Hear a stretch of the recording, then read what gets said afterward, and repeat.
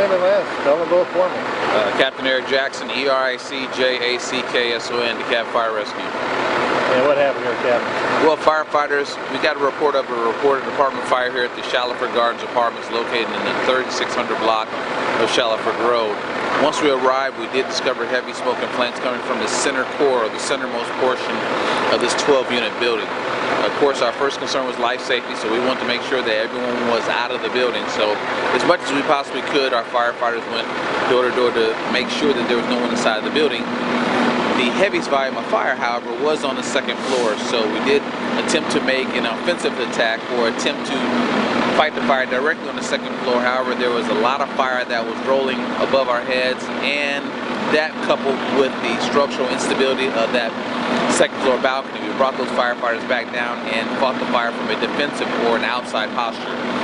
We then initiated our aerial attack where we set up our ladder and essentially began to extinguish the fire from up above.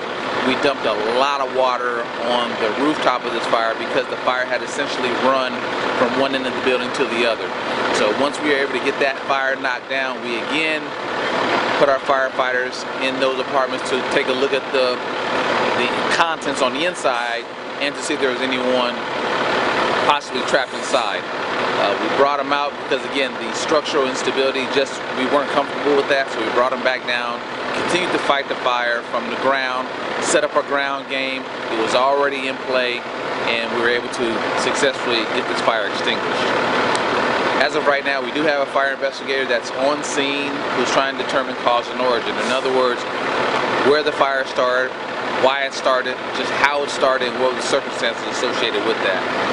There's been a lot of different things floating around information-wise, so we're gathering all that, and we're going to use that and determine if it's valid, if it's not, if it's sustainable, if it's not, in hopes that it will help us determine just how the fire. How many people are displaced at this point?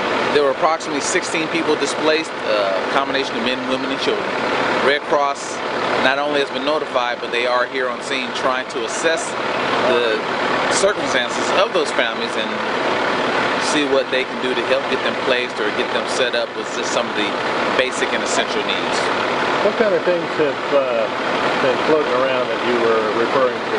Everything from the fire being gas fed to the fact that these apartments are slated for demolition to make way for a new school.